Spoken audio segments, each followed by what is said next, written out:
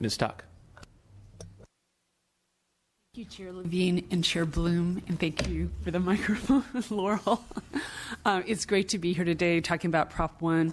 Aqua represents about 430 public water agencies. These are local governments, special districts, or cities that provide about 90% of the water distributed in California for the public, for agriculture, and for business. Thanks to all of you who worked on the water bond in 2014. We appreciate this hearing. I have 4 very brief comments. The first one is that we give high marks to the Brown administration for their implementation of Prop 1. Chair Levine, you said they're taking it seriously. That's our opinion as well. They're doing a very good job on this. I think I'll note, we're getting through this drought pretty well because of investments that were made in the past by local agencies for drought-resilient supplies. And the state funds with Prop 1 will leverage local dollars for new investments that will help the state weather future droughts. So this is obviously a very important program. So that's the first comment. The state is doing a great job on implementing Prop 1. The second comment is on storage. We are actively participating in that public process that Ms. Landis talked about. It is a transparent process, and we think they can complete the regulations by middle of December, as Prop 1 requires. They're on track to do that. The third thing is relative to fiscal year 2016-17. We'd like to, in the budget process, work with you in the administration on should there be additional funding in this budget cycle for example, for recycling and integrated regional water management programs. We don't have a specific number today, but hearing the update from the Water Board and other updates today, we're thinking that that may be likely. And then the fourth comment is on accountability. We agree with what the LAO representative said earlier today. And the state does have a great website, but as they go forward and they're getting the money out, and of course getting the money out is a huge important part of accountability, but what should also go with that is information on what the outcome is for the money. So for example, on recycling, how much water was recycled with the projects that were funded by Prop 1. On storage, how much additional storage capacity did the state get from the Prop 1 funding? We think that's important, easy to do, and that should be part of their information that they make easily accessible to the public. So those are my comments, and Aqua appreciates having been invited to be here today. Thank you very much, Ms. Tuck. Next we have Mr. Merkley. Thank you, Chair Levine and Chair Bloom and members of the committees. Danny Merkley with the California Farm Bureau. We, as you kind of alluded to at the beginning, we don't necessarily represent all of agriculture in the state, and I try to make sure that that people understand that. Otherwise, I'm reminded of it when I go home. We do represent a little over 53,000 members up and down the state, which makes this job a little challenging because it may come as a surprise, but when it comes to water, all our members don't agree on how things should be done. When I looked at this, making recommendations for maximizing public benefit, I thought, geez, I need to be critical or constructive in some criticism on how things are going. But much like Ms. Tuck mentioned, the state has been doing a fairly good job of meeting the timelines and the very specific requirements in the bond, reminding everyone that it is a very heavily negotiated bond between an extremely diverse group of stakeholders with precise, specific language, timelines and dates. As we heard earlier, for example, the December 15th of this year timeline for regulations to be completed by the Water Commission, and they seem to be on track to do that, but also answering a lot of concern from all of us as human beings that are very impatient. We want to see these dollars go. We want to see projects being built in the state in strategic areas, but the bond specifically states no dollars can be spent before December 15th of 2016. So that being said, I'm reluctant to say speed up or do things quicker, although we are impatient. This is the first significant investment in updating our water infrastructure for the conditions that we face today, changing the way we receive our water, more rain, less snow, more frequent and longer droughts, and so on, increasing population, and then environmental policy that this water project has to provide water for that was never envisioned in the initial design and construction of the project. So this is a nice small down payment on getting this thing upgraded. And speaking of rushing, one of the things I was reminded of when I was putting this together was in 2013, there were news reports criticizing a state agency for sitting on about $455 million of EPA dollars, not getting it out the door for some drinking water programs. Whether that was accurate or not, or completely accurate, I think one of the results that we may have seen is the dollars then at that point getting pushed out the door very quickly, and not necessarily to those that needed it the most, not being critical of those that may have received it, but I'm trying to be measured and careful at saying let's speed things up and hurry up, because I think we are staying on track.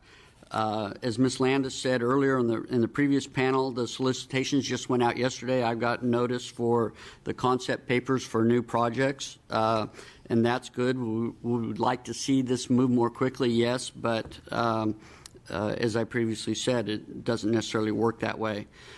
We'd also like to see funds get out for disadvantaged communities. This is a huge problem, not only for the disadvantaged communities, but for agriculture and the relationship we have living in and around, working in and around these communities. It is very, very important.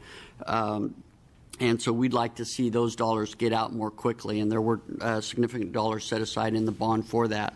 Not enough, but a good start. You know, one of the things that we participated in, a number of us sitting here at this table, was the governor's drinking water stakeholder group several years ago. And that was an extremely diverse group, from environmental justice folks to water suppliers, agriculture, environmental interests, and so on.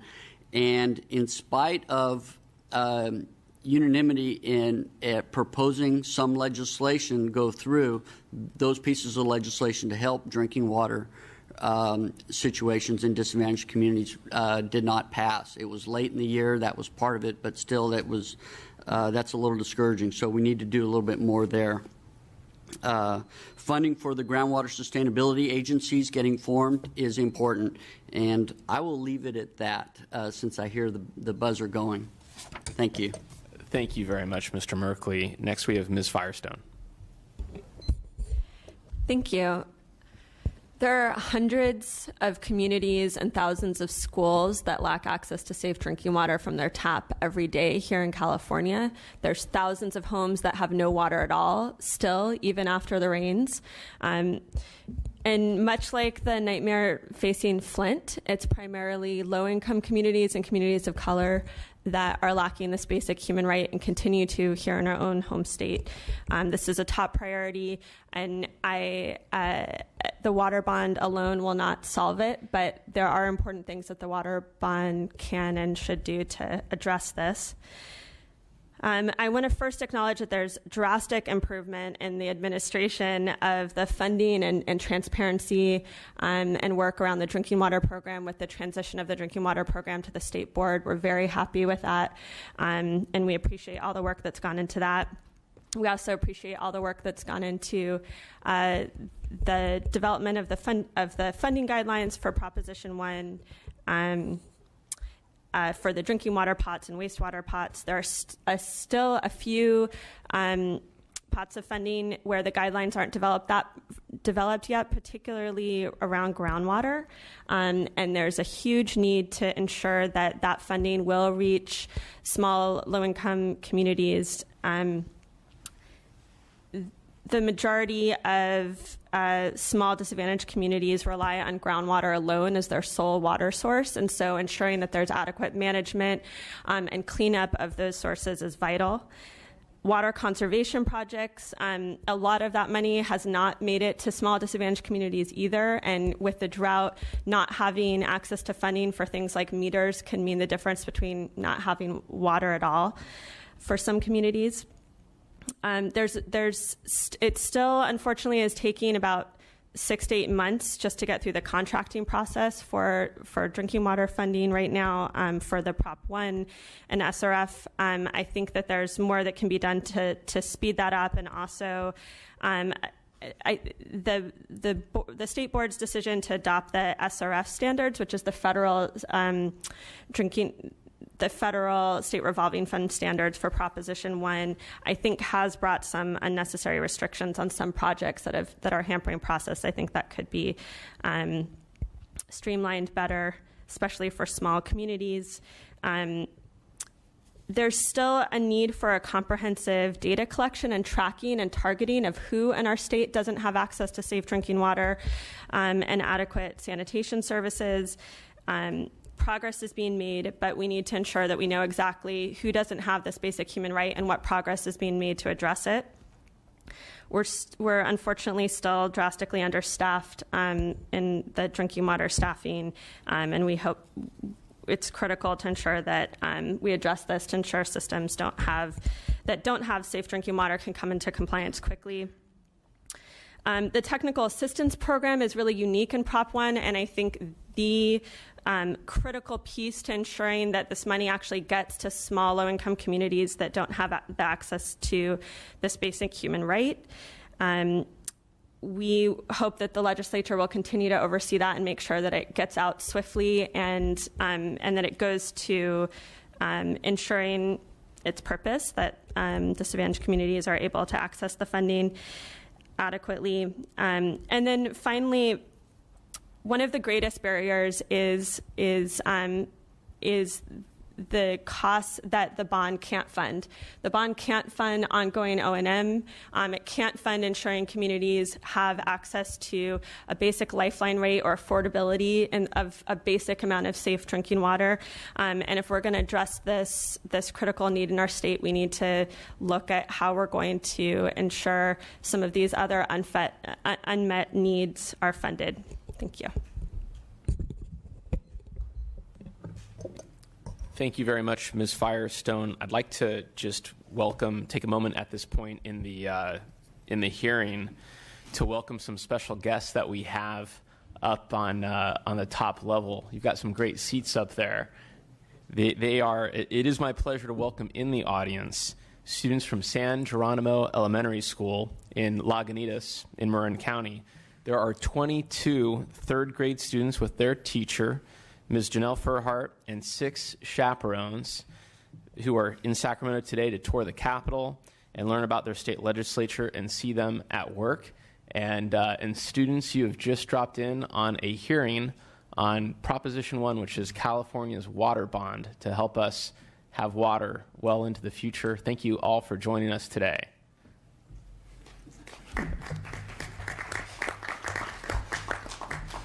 And next we have Mr. Obiji. Thank you so much for joining us as well.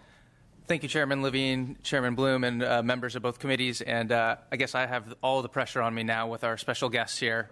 But it is a reminder that, we are using the public's money. We have a responsibility to spend it wisely because it is not just our generation, but future generations that will be paying for these water bonds. And the Natural Resources Defense Council, where I work, supported Proposition 1 for 3 primary reasons. One, that it was neutral on Delta tunnels and the Bay Delta Conservation Plan. It did not advance that anti-environmental plan. Second is that we are open to the idea of new storage, including new surface storage. However, the bond required that surface and groundwater storage would be evaluated fairly on a level playing field, and that we would see new environmental benefits from storage going beyond existing requirements. And third, as Ms. Tuck emphasized, that there would be major investments in water recycling, conservation, and the kind of water supplies that many local agencies have made over the past several decades that are helping us get through the current drought. With one exception, which I will discuss later, we agree that the administration has done a fairly commendable job of implementing Proposition 1 to date. When we look at the Proposition 1 guidelines, I think there's three key issues that we raised in our testimony last year. One is, what is the process for developing the guidelines? The second is, what are the substance of how we evaluate projects under the guidelines? And third is, what is the state reporting back to the legislature and public about the projects that are funded? And on all three counts, I think the state has done a fairly admirable job. In terms of developing the Proposition 1 guidelines, there was extensive outreach to stakeholders, public meetings, and the state has done an admirable job of posting information online and meeting with stakeholders who had questions. They really went above and beyond the call of duty. In terms of evaluating applications, you heard from Director Bonham and others that many of the agencies have a much more quantitative approach than they have in the past and are really trying to score and use independent reviews to ensure that we're objectively measuring applications and not making sure we are getting the best bang for the buck. On the downside, we did see in many of those scoring criteria not a lot of credit for multi-benefit projects, not necessarily as much integration across agencies as we would like to see, and certainly I'm not aware of any agencies providing extra credit for projects where an applicant actually is proposing to reduce diversions from the delta or other imperiled water bodies, which ultimately we know is the path forward consistent with state water law. Third, on reporting and valuation, I think it's too early to say. We're still seeing many of the first round of grants go out, but critically important that the state agencies report back what are the benefits that were achieved and what are the lessons learned so that when this legislature and future legislatures make additional funding decisions, we have that information to make even better decisions than we have to date.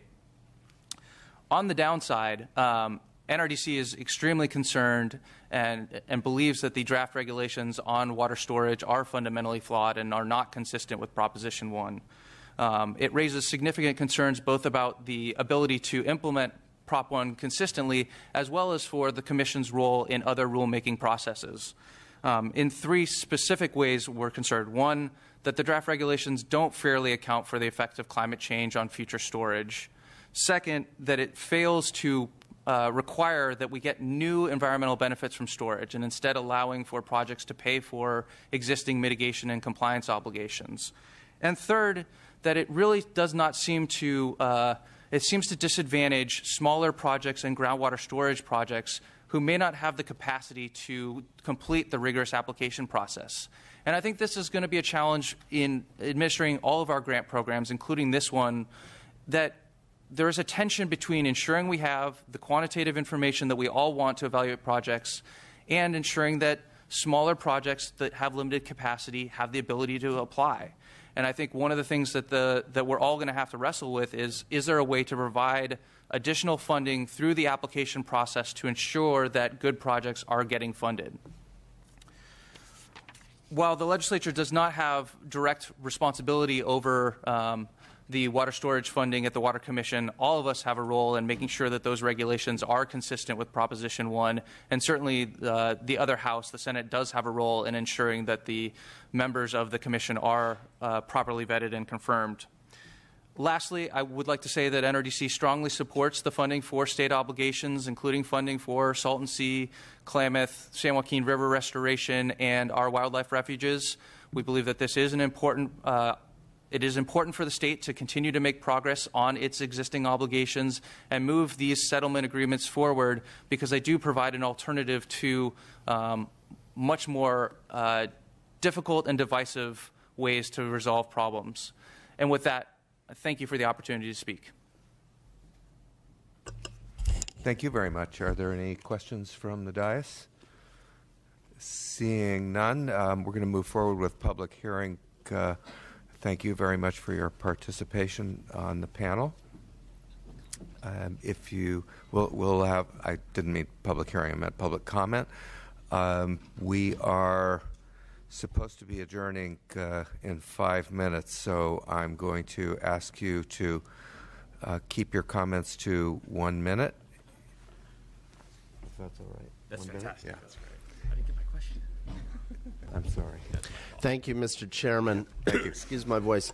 Richard Harris, on behalf of the Water Reuse Association, my 1 minute is to thank you for this and thank the administration for the work they've done so far in Proposition 1. I will point out to you, though, that in this fiscal year, there's no money placed for the out of the water recycling pot. There's no money being appropriated, and we think there's probably 8 to maybe 10 projects within the calendar year, the end of 2016, if not into 2017, that will be available, will be ready. They're already in the pipeline. They're working with the department, and I think there should be some funding, as Ms. Tuck said. I don't know what the number is, but I think there should be some funding within this next fiscal year to fund those recycled water projects.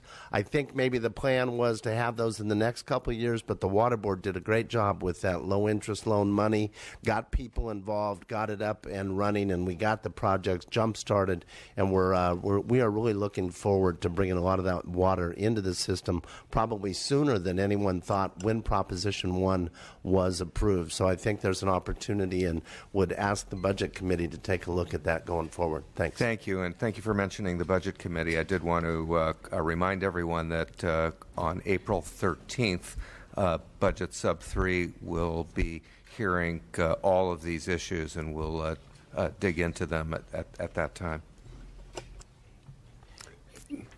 Thank you. I'm Dennis Fox. I'm from Curtin County, and I'd like to make 3 cost-effective, though not very romantic, uses of the funds. One is Merced County has banned water mining for export, worth considering.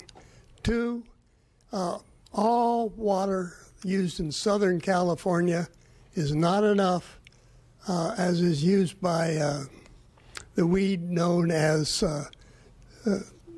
salt cedar. And there's a couple million acre feet also being used by star thistle. Getting rid of weeds is mundane, but it's cost effective. 3rd is the use of, for storage, is a French design, been around, and they use it all over the world. Structures called fuse gates.